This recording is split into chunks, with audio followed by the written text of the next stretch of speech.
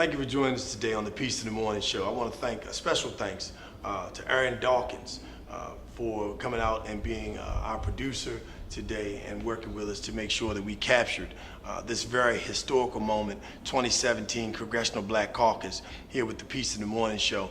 We're at the U.S. Black Chamber of Commerce Policy Breakfast. Mr. Stephen Hightower, welcome to the show. The founder of the U.S. Black Chamber of Commerce and President, Mr. Ron Busby, the distinguished was delegate, senator, business owner, and now proud mayor of Baltimore City. A phenomenal lady who needs very little introduction locally, but around the world you will get to know Ms. Sandra Pruitt.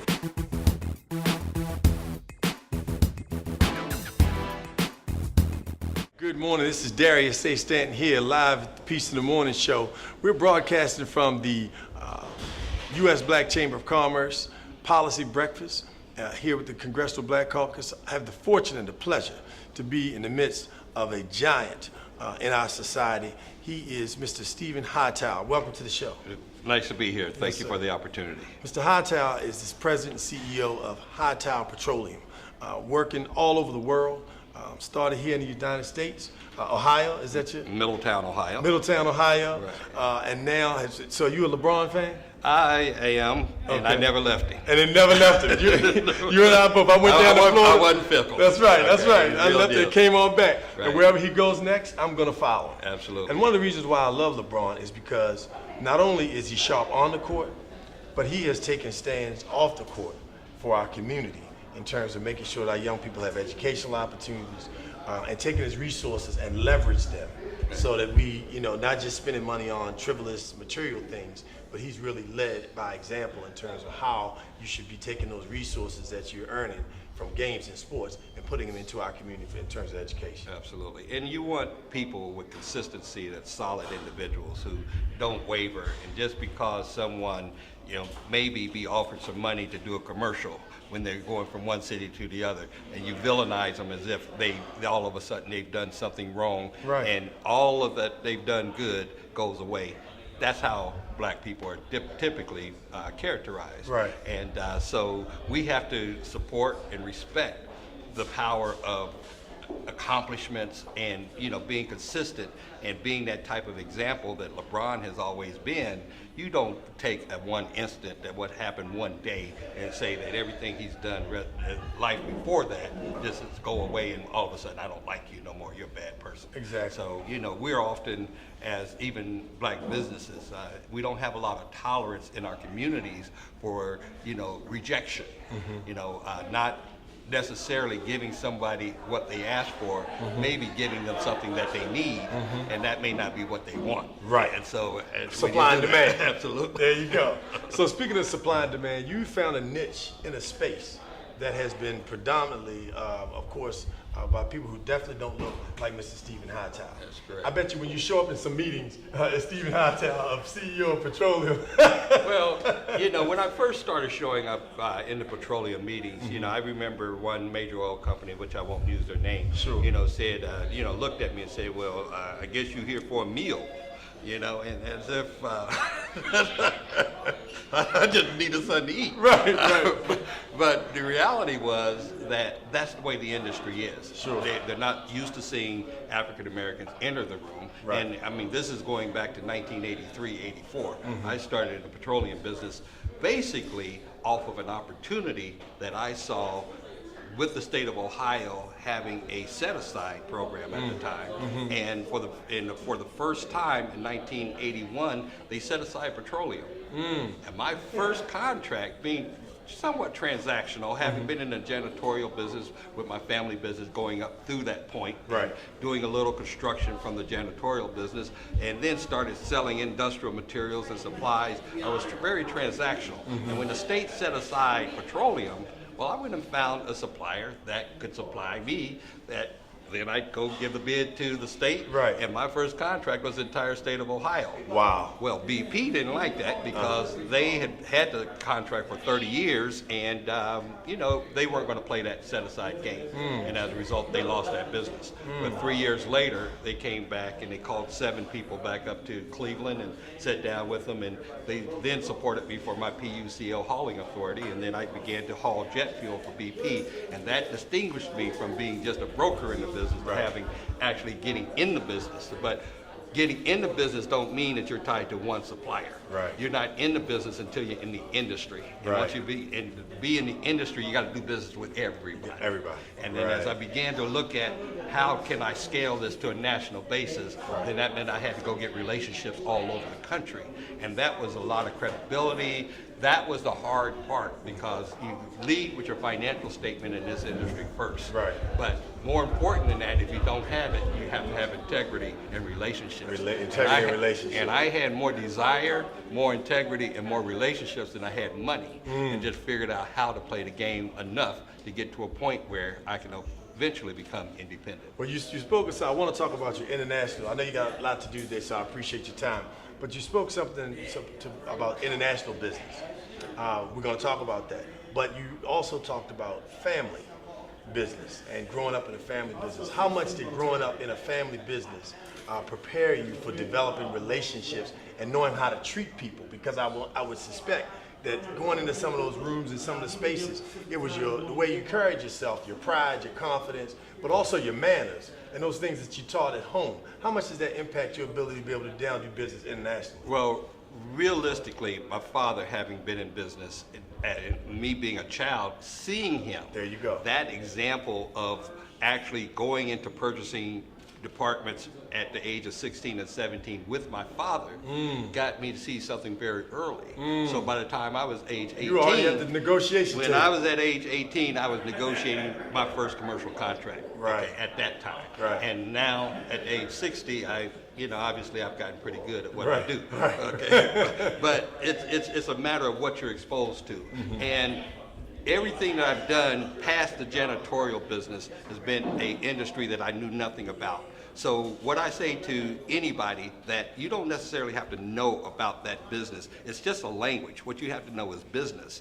And if you know business, somebody in this world will do business with you. Right. And so therefore, you can't be limited by the first no or somebody telling you what you can't do, because there's a billion possibilities out here to do business with somebody in this world. Sure. And it might have taken me similarly to Walt Disney, which it took him 1,001 banks before he got his first yes to build Walt Disney World. Wow. Well, it took me 999 before I got my first bank loan. Okay. Right. And you do what you have to do. Do what you gotta do. Okay. But you gotta persevere. But you got to persevere. Right. And you have to have vision.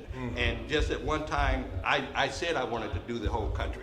I visualized doing the whole country before I had the ability to do the whole country. Sure. I visualized I wanted to go global Right. before I had the ability to go global. Wow. And so, you cannot become $1 billion company if you only want to do $100,000 worth of business. Right. So you got to be You thinking gotta see about what you wanna see gotta come see into what you want to existence. see, and you speak it and it will come into existence. And that happens over and over again. But that's where it starts. But don't just start with the vision. You got to have heart, the energy, and the perseverance to do whatever it takes to get to that point.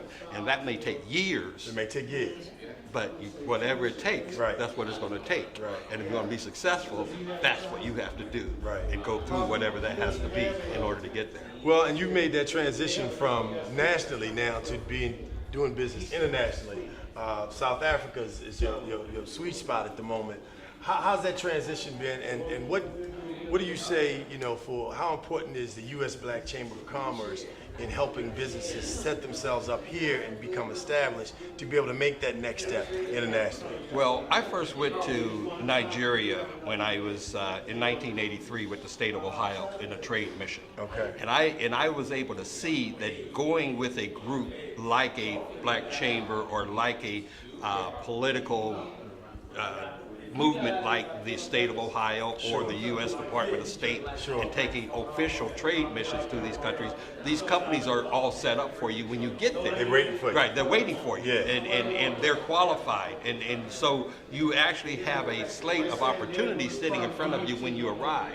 So today, in South Africa, we're looking at projects like waste to energy. We're doing smart ports in the city of Durban, actually automating and making the ports of Durban a smart city. Those are activities we're doing today. We're selling fuel on the ground in South Africa today, just like we sell it here in the United States. So, once you have the foresight and you take the chance to go and actually get involved, 3 years later, you find yourself operating just like you're operating in the state of Ohio.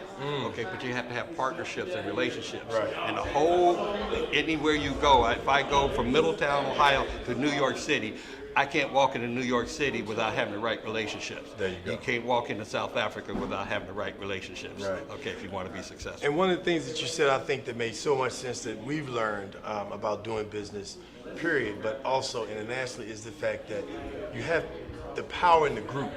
Because globally, people work from the we and the group perspective. If you go into the meeting by yourself, it's almost as if it's an insult because you don't have the capacity. And what we're having to learn now and learning more and more here in the States is how important it is for us to work together and collaborate. We may not get the whole dollar up front, but I think you alluded to it in the panel, but you have to be able to work and be willing to take that 10 cent and build that so you can work out there in the big C, as you said. Let me say this. When you say how long does it take you to be successful? In 1983, I went to Nigeria for the first time, and I just started the petroleum business 2 years before that. When I went to Nigeria, I wanted to do crude oil because it changed from selling gasoline and diesel, which is what we do today, to corporate fleets around the country. We do General Motors, all the cars that come off a GM plant. We give them their gas. We do Nissan, we do Duke Energy, we do FedEx, we do Kroger's. Those are our customers that we have today. How do you transform gasoline and diesel to crude oil? Which when I went to Nigeria, that's where they actually take it out of the ground. It was only last week, from 1982 to 2017, that I got my first crude oil contract. And I've been trying ever since 1982 when I first saw that opportunity and what it really was. Right. And so I never stopped Never stop. that dream. You kept working on what you had to work, but your eyes was on the prize. My eye was on the prize. Right, Okay. right. And what I say to everybody, I don't know if it'll take you a week. Right. I don't know if it'll take you a year. Right. I don't know if it'll take you 10 years. But whatever it takes, if you want it bad enough, Right. just keep the course and you'll make it happen. Excellent.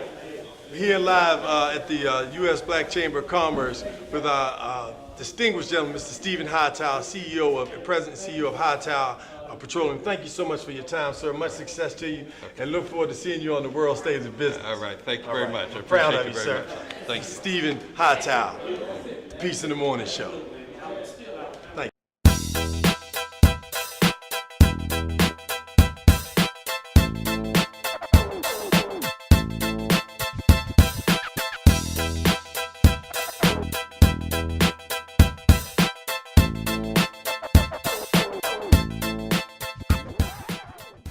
We have the pleasure here on the Peace of the Morning Show to be with the distinguished delegate, senator, business owner, and now proud mayor of Baltimore City. And I am proud. And proud and excited, all pumped up and ready to go. Welcome to the Peace of the Morning Show. Thank you. I'm really grateful to be here. No doubt. You did an excellent job on the panel. Thank you. And especially framing the conversation around how people are actually able to come in and do business with the city of Baltimore. And that you're looking for African American businesses, and out throughout your career have made it a point for people to make sure that they're seated at the table. Right. And if they're not, go back and come on back. I mean, you got yourself together, then we want to make sure that we can move some of those things forward. What are some of the things that you think people can do just to be prepared to come do business in the city of Baltimore? First, I think we need to dispel the myth that African Americans aren't in large numbers available to do business in cities throughout this nation. Right. Because they are. Right. So my responsibility as a mayor is to make sure that they get in the room and to get on those lists. And more importantly, that those around us understand that we have capable and qualified African Americans and other minorities and people of color who have the capacity to do business in our city and in our state and in our country. And so one of the things I talked about today was, as a leader, you have a responsibility to make sure that people understand that government does two things. It provides services and it provides opportunity. You know, all of us want our trash picked up because we pay taxes, but we should also be involved in the economy of government. Right. And so that means, you know, when you're fixing your streets, who's fixing your streets? That's right. When you're rebuilding the pipes, who's rebuilding the pipes? That's right. When you're rebuilding neighborhoods and communities, who's rebuilding neighborhoods and communities? If you're knocking down old neighborhoods, who's knocking down old neighborhoods? You know, when you're buying supplies and lights and all those things, where are you getting them from? And so what I'm saying is that government has a responsibility. In the words of Shonda Rhimes, who is one of those great TV creators. That's right. You know, diversity is normal. Right. So for us to act like we're doing something that's extraordinary Right. is really out of character. You're only doing what you're supposed to do. We're doing what we're supposed to Right. do. Our country is diverse. You know, the world is diverse, and we should be diverse as well. So one of the things I want to commend you on, another thing I want to commend you on, is the fact that you came out with a crime initiative, Yes. a crime prevention initiative, Violence reduction plan. violence reduction plan that was focused and rooted in education.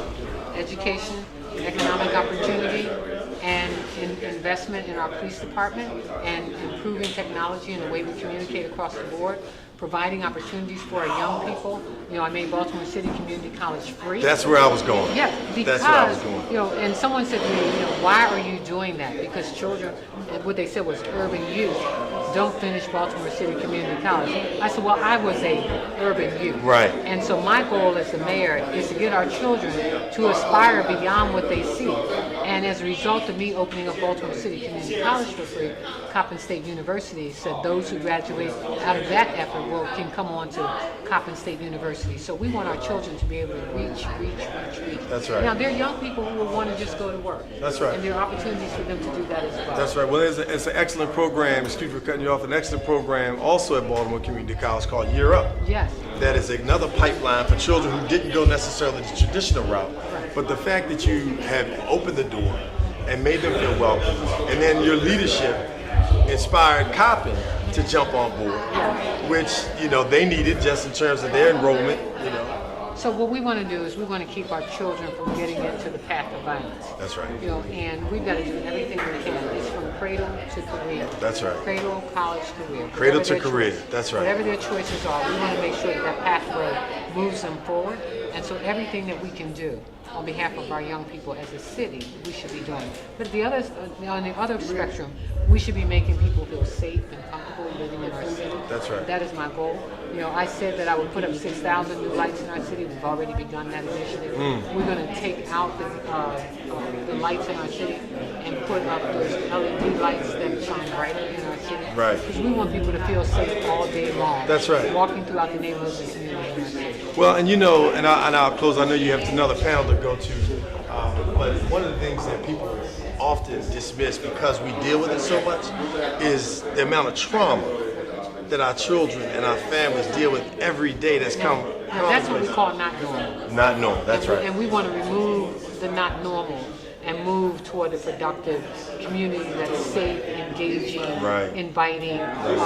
We are considered one of the greatest cities for millenniums to move to, and they're coming in droves.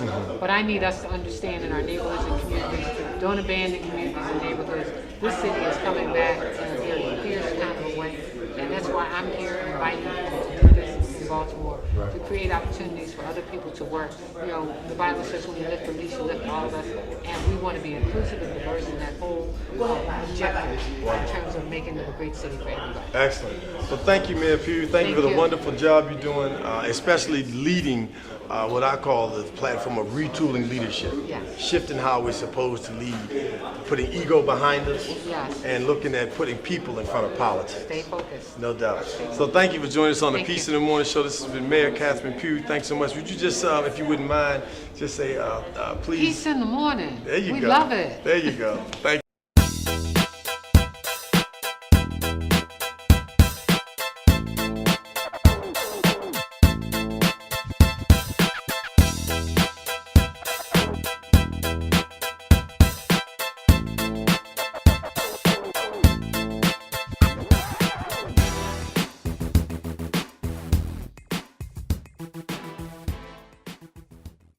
Good morning and welcome back to the Peace in the Morning Show. This is Darius A. Stanton.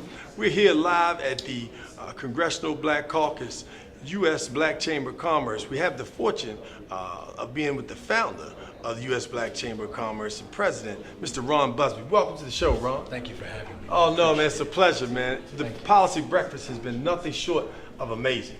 The folks that you've had on the panel, and then you had just the panel, the people in the audience was just as powerful, you know? Appreciate that. There are a lot of folk that come in from out of the country, out of the state, from around the country to come to this week. It's, to me, a combination of the Super Bowl, All-Star Game, Right. All in one from political leaders and policymakers. And it's important for our communities to have a voice. And so for us, we're talking from top to bottom and bottom to top, make sure that our information is being shared. Not only locally, but across the country. So we're happy to be here, happy to have this policy breakfast this morning, and happy to be on your show. Oh, well, we're excited. You know, we want to make sure we take care of our housekeeping items. Tell us about the U.S. Black Chamber of Commerce initiatives that you all have going on right now that are really leading the way for you. Well, appreciate the opportunity to discuss our initiatives. To give you a little bit of background on who the U.S. Black Chamber is, we were founded in 2009.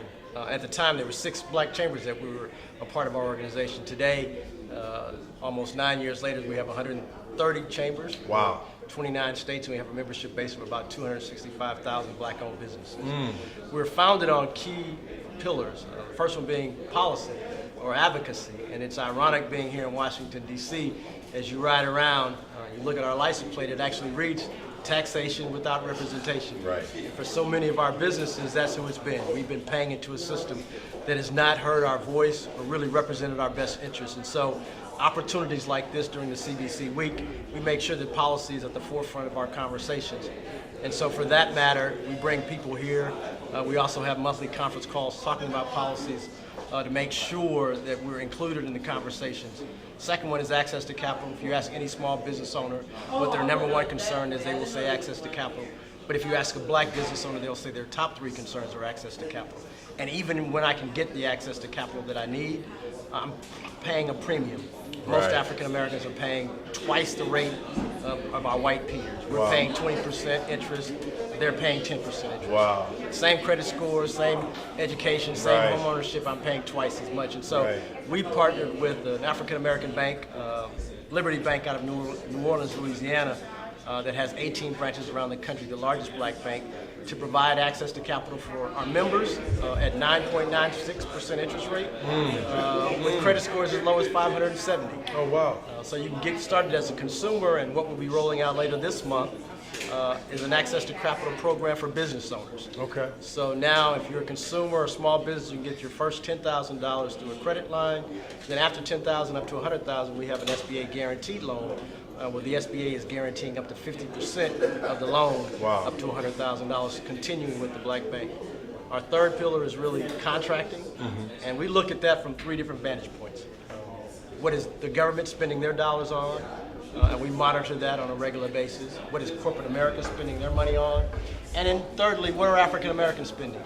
Where are our dollars going? We That's have $1 right. trillion of spend from consumers. That's right. But there's also $1 trillion that we don't talk about that our businesses are spending. And so we try to create a platform through our USBC directory that now you can find black-owned businesses across the country through a GPS-driven technology on your smartphone. Every town that I go through, I download the app and I can find all the businesses that I want to spend my money in. They say in our communities the number one concern is unemployment. But there are 2 million unemployed African Americans today, and there's also 2 million African American owned businesses. Simple math says that each one of those Make that businesses, then we won't have that conversation. And it doesn't matter who's in the White House or what the Right. Congress's budget is. It is really up to us to make the change, and we give you that opportunity by using the directory. And so the chamber, you know, and its leadership is really opening the door for folks to be able to access, to be able to tap into capital, to be able to support, and then partnering them with companies that understand. Today you had at the day with T-Mobile, AARP, which a lot of people don't know is probably the largest nonprofit in the country with over $1 billion in revenue in their coffers. And being able to have, and then the energy units, businesses here. how important is it for us to be able to have a seat at the table, but not only a seat at the table, but for folks to be able to welcome you and truly supporting you? The guy from T-Mobile talked significantly about his experience with being both on the side of a vendor and then on the other side now of the person who's actually a supplier in diversity and making sure people get those contacts. I say all the time, it's not a lack of opportunity. Being in the position that I'm in, I usually sit at the table and I hear about the opportunities. And it used to be, if you're a minority-owned business, a woman-owned business, a black-owned business, you had opportunities because of certain government as well as private sector initiatives. Right. Today, the platform as well as the landscape has changed.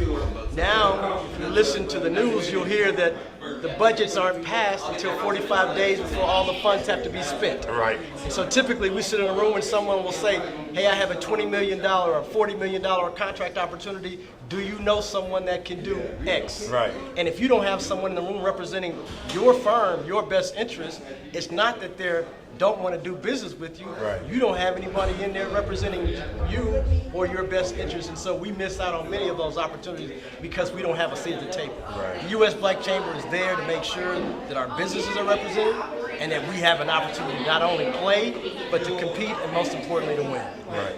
And unapologetically.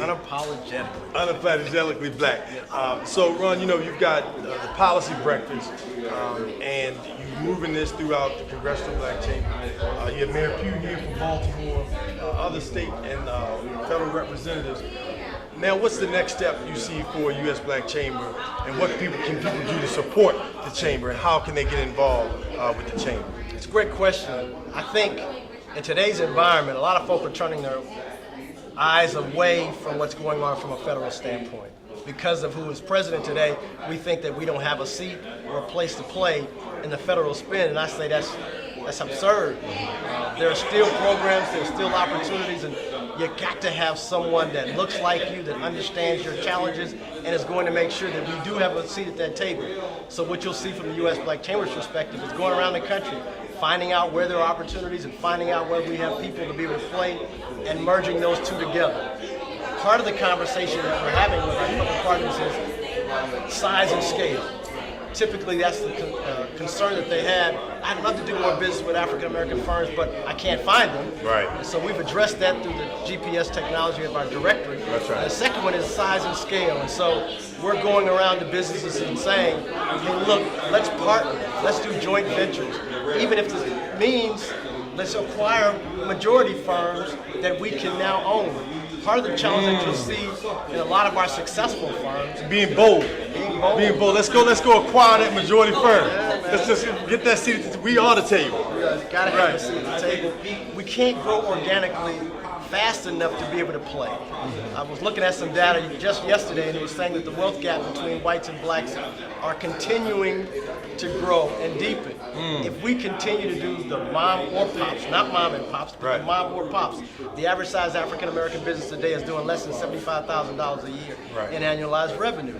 Well, if I'm a federal government, or if I'm a state government, or if I'm a corporate 100, I don't have the leverage or the opportunity to find that needle in the haystack. I gotta find companies that have size, scale, as well as ability and access to capital. And so that's one of the things that we're doing, not only here in Washington, D.C., but across the country. And that's why you saw folk like Catherine Freed, folk like the mayor of Montgomery, Alabama, folk like the mayor of Mississippi, all here talking about what they're doing from both a public standpoint and a private standpoint to make sure that our communities are being represented. So I'm going to close on this, Ron. A lot of folks may not recognize this booming industry. It's we're on the, I would say, the precipice of going into what's called a silver tsunami. And that silver tsunami, people are not realizing that the baby boomer generation is going to triple. They hear it from a Social Security and they understand, they think they may have some understanding. But how important is it to look at doing businesses with seniors moving into the 21st century and beyond? How important is that for folks to focus on that niche market? If I was in business today, and I'm not, I have been, had 3 successful firms, and 2 of the 3 I acquired from senior citizens. Both my father had a small firm, and his philosophy was keep it small, keep it all. Right. But he had a customer base, he had a good referral account, and a good name. I came in with energy, youth, technology, and great corporate experience. I was able to merge those two to be able to have substantial growth. For a lot of the senior citizens that are in business today, they don't have a succession plan. Right. And many of our parents said, go to college, get a good job, and work in corporate America. And so for many of those small businesses that are now have 55, 65-year-old seniors leading them, they're looking for someone to be able to pass that opportunity off to. Right. And that's where we have to play. It's a myth that African Americans don't have cash. Right. We have funds, we have skills, we have capabilities. We just got to make sure that we're looking at areas that traditionally aren't ours. I tell this story all the time. I get up each morning and I have a cup of coffee and a bagel.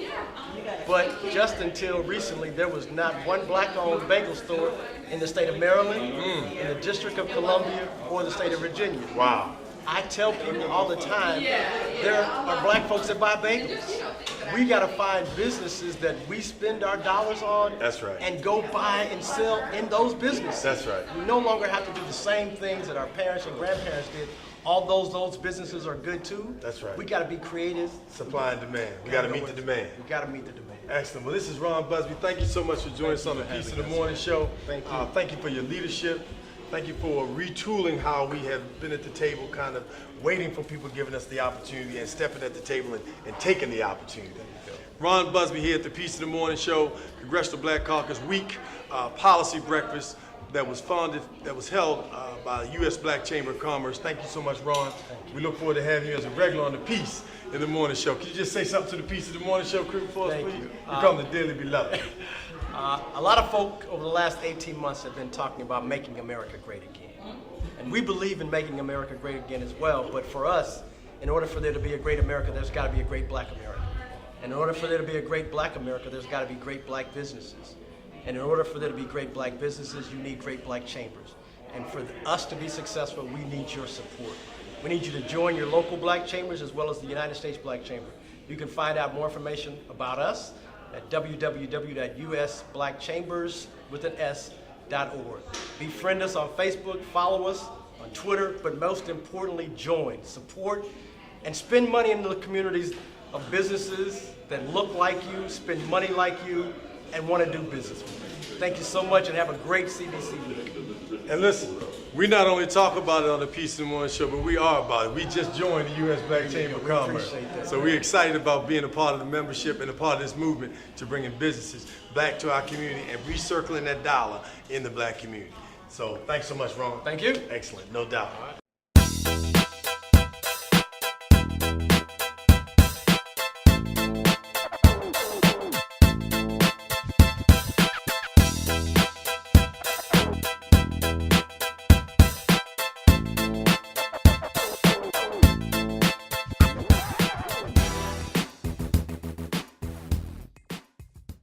All right, welcome back to the Piece of the Morning Show, here live at the U.S. Black Chamber of Commerce Congressional Black Caucus Policy Breakfast. And joined with me here is one of our very own, definitely part of the family, but in addition to being a part of the family, also marketing consultant for the Piece of the Morning Show and the Stanton Group. Welcome, Janika Johnson, to the Piece in the Morning Show. No doubt. So, Janika, first of all, thank you so much for helping us be prepared to be able to shoot right here with Ron Busby, Mayor Pugh, Stephen. Can you imagine a brother who owns, his own oil company? I mean, it's super funny. I had a conversation coming out of here, and I'm like, how did you get into this business that we can't even get a toe into, but you got a whole empire going out in Ohio? Exactly. So that's like so awesome that, he was able to come in and share what his journey looked like. And I think one of the important things that came out of, the conversation that was had with him is as just, millennials or Generation X, whatever you want to claim yourself to. I think one of the things is we're so used to things or so used to wanting things to come so Right away. Instantly. You heard it. You heard what he said. Exactly. You got to be patient. You got to be persistent. So I think that was one of the awesome things that came out of that conversation. It's just a great point to it that it might take 5-6 years of us working hard towards something that took 30 minutes to an hour to get on paper, but for it to be great, it's going to take that time and that effort, which is why this policy breakfast is such an awesome breakfast, because it puts you in front of the people that you need to be talking to, whether they're going to instantly provide gratification in that moment. You still have that connection, and everybody here is so willing to actually be a part of your growth and help you, as long as you're willing to do the work and put in the work to get to where you need to go. So, As a millennial yourself, you just recently graduated with your bachelor's from Clark Atlanta. And what was that degree in? journalism, so print journalism, And then you got your master's. from the University of Miami. University of Miami. Is that the Hurricane? Yeah, that's the Miami. Okay, You know okay. all about the U. Right. Okay. And that degree was in? So it was a Master's of Science in Education with a focus on community development and social change. So being a recent grad, now you ran a leadership academy, the leadership camp this summer down in Miami, correct? Tell us a little bit International about. Language School. Okay, the International Language School. So now you stepping into this space. How important is it for you, or did you hear, I should say, let me rephrase that. Did you really get from the folks that were, these are established politicians, business persons, did you get a sense of the succession plan and they were looking really to pass the baton? Did you really hear any of that today? Did you walk away with that sense? Yeah, I definitely walked away, and I'm definitely interested to see how these succession plans start to unravel. But, a common theme that went throughout the room today was that, we have to start putting millennials in place to take the baton. We can't just tell them we want to see them be successful. We can't just tell them we want them to be involved in politics or civic engagement, but not provide them the platforms to do it. We sit in, as the older generation is concerned, they sit in these seats until they're too old to be in the seats anymore, but then when it's time for them to go, there's no one to take that place, which is how we end up in the society today of, a lack of leaders, a lack of individuals who can take the baton on and then pass it on again. So, that was a very common theme throughout today, is just making sure that we're stepping up and we're mentoring those below, especially, getting the youth involved and giving them the leeway and the opportunities to really be involved in what's going on in their communities. And that's what will create the leaders that will continue to make change and that will grab the baton and continue the changes and the policies that are being implemented today that's going to help our communities. Excellent. So as you develop the Peace in the Morning Show social media strategy, and so you'll see much more from us in the coming weeks with regard to our social media presence. So thank you for that, Jamika. But also tell folks how they can reach you, give them your email so you can help them put together strategies for marketing and communications and journalism, and also in the community mental health space. How can people reach you? Okay, you can reach me at Janica Johnson, that's JANICA, johnson.jj@gmail.com.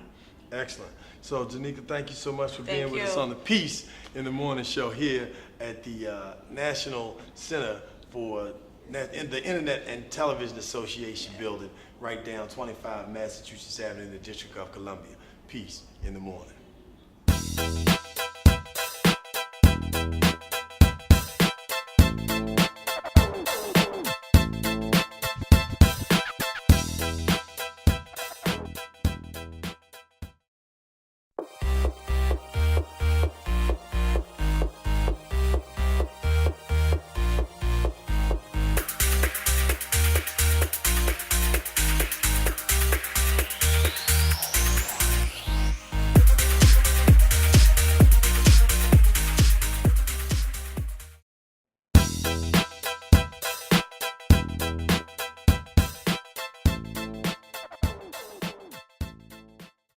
Welcome to the Peace in the Morning Show. We're doing a special on-location edition of the Peace in the Morning Show this morning. We are here live at the U.S. Black Chamber of Commerce Congressional Black Caucus Policy Breakfast. And fortunately, we have the pleasure of joining us, a phenomenal lady who needs very little introduction locally. But around the world, you will get to know Ms. Sandra Pruitt if you don't already know her as a person for change, founder of the People for Change organization in Prince George's County, also a business owner of a data company here in the state of Maryland that does business all over the country. But most importantly, someone who believes in fighting for advocacy and making sure that people who are spending their dollars have a place to spend it inside their own communities, which happens to be the Black community. Welcome to the Peace in the Morning Show. Welcome. And look, it was supposed to be Funky Friday that we got together. So we're gonna have to get you on a Funky Friday show so I can get you and Jerry to dance, you know what I mean? Okay, all Because you know we dance on the Peace in the Morning Show on a regular. But today we're here with Ron Busby. And Ron brought a powerhouse together with this breakfast. What do you think about the policy breakfast thus far and the whole mindset of U.S. Black Chamber? Well, first of all, we are excited to be a part of the U.S. Black Chamber. When we met Ron Busby, we liked that he was a voice bringing us all together on a national level. And the policy breakfast was about how we can, in our local communities, make an impact, connect with our elected officials. They had panelists who talked about local elected officials, how to engage them, how to engage your state elected officials as well, and how, as a Black business owner, if your agenda is not at the table, then you are going to be left out. So we as Black people need to continually come together, leverage our collective voice and power to ensure that we have opportunities in a piece of these billion-dollar budgets that our governments are running. Right.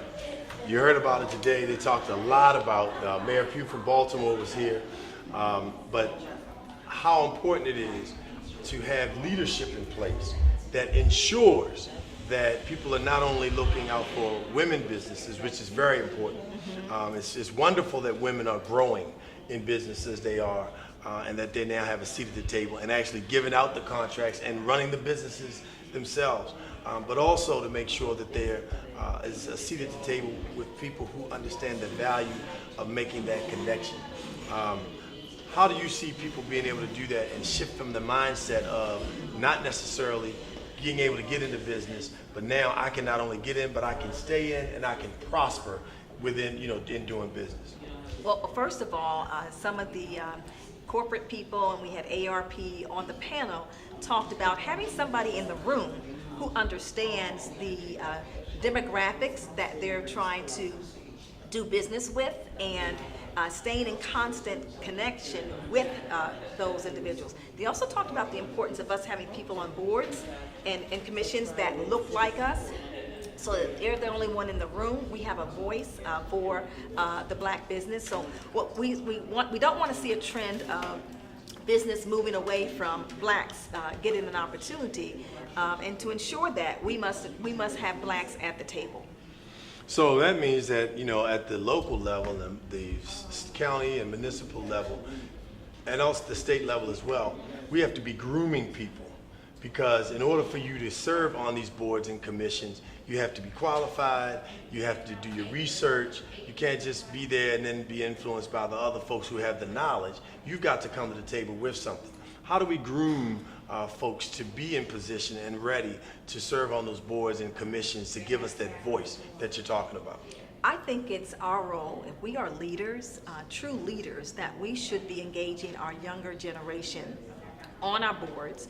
We should employ them. We should help them to start their businesses and help them to grow their businesses as well. And we also should teach them how to research opportunities in companies. The woman from ARP talked about how people want to come to her for opportunities and ask her, what do you do? Oftentimes, we as Black people, we don't research before we join something, before we take part in something. So that's something that we need to teach our younger generation, groom them so that they are prepared.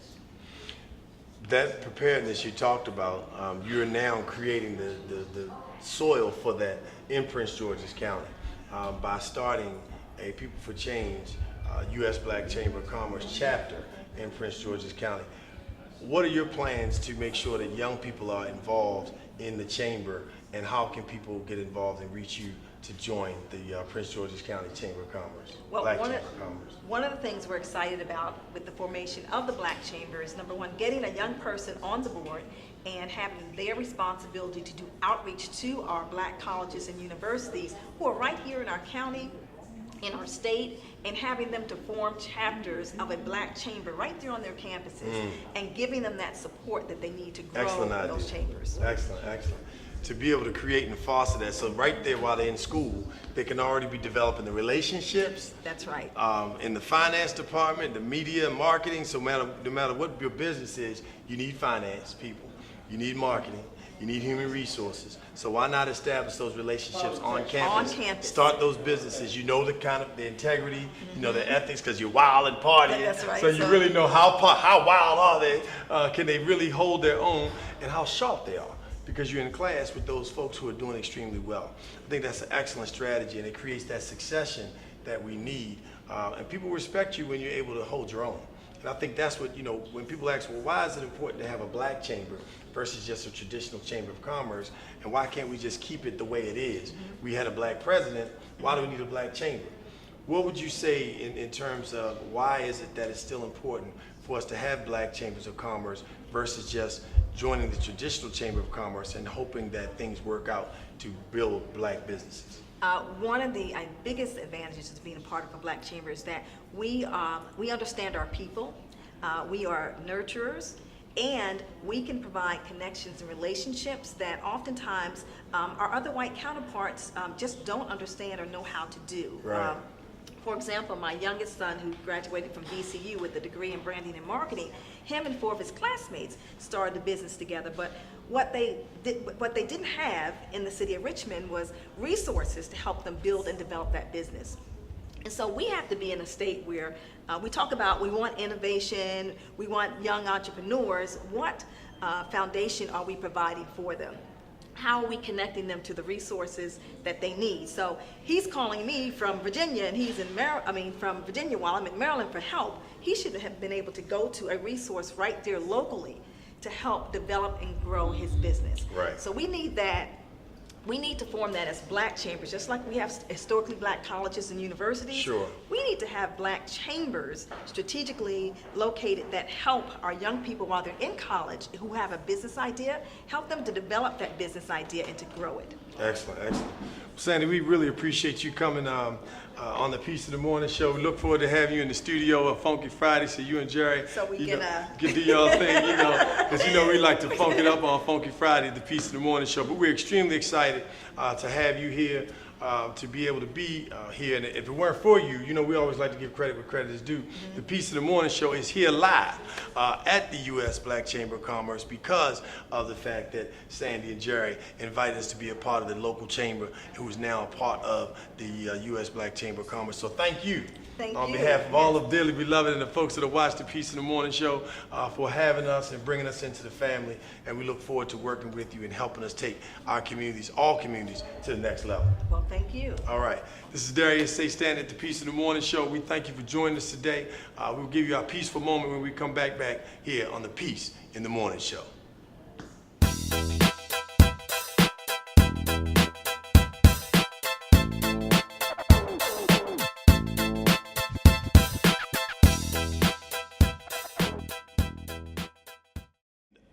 This peaceful moment that I want to send you with for the rest of the day is really focused on succession. You heard a number of people today that we interviewed talk about how important it is to stay and be persistent, to persevere. It may take 3 years, it may take 5 years, it may take 10 years. But the 2 things that I heard was vision. You have to visualize it. And as we always talk about here on the Piece of the Morning Show, not only do you have to visualize it, but you have to speak it into existence. If you want to be a $100,000 business, you want to speak $1 million business into existence. If you want to be $1 million business, you have to speak $100 million into existence. Speak it into existence, but not only speak it into existence, but put that on a vision board. Put it somewhere you can see it every day. We're able to work towards those goals. And lastly, work to help other people. Work to work with other people. Find people to link with, find people to connect with that you can help, that can help you grow your business and you can help grow theirs. Create reciprocal relationships. Go out of your way to help other people, and that'll put you in a better position because people will always want to be able to help and work with you. So keep that vision, be persistent, create succession, and go out of your way to help other people. This is Darius A. Stanton with the Peaceful Moment, with the Congressional Black Caucus 2017 U.S. Black Chamber of Commerce Policy Breakfast. Again, thank Aaron Dawkins for his work. You can look him up. He's got great production from front end to the back Thank you so much for joining us. We appreciate you here on the Peace in the Morning Show.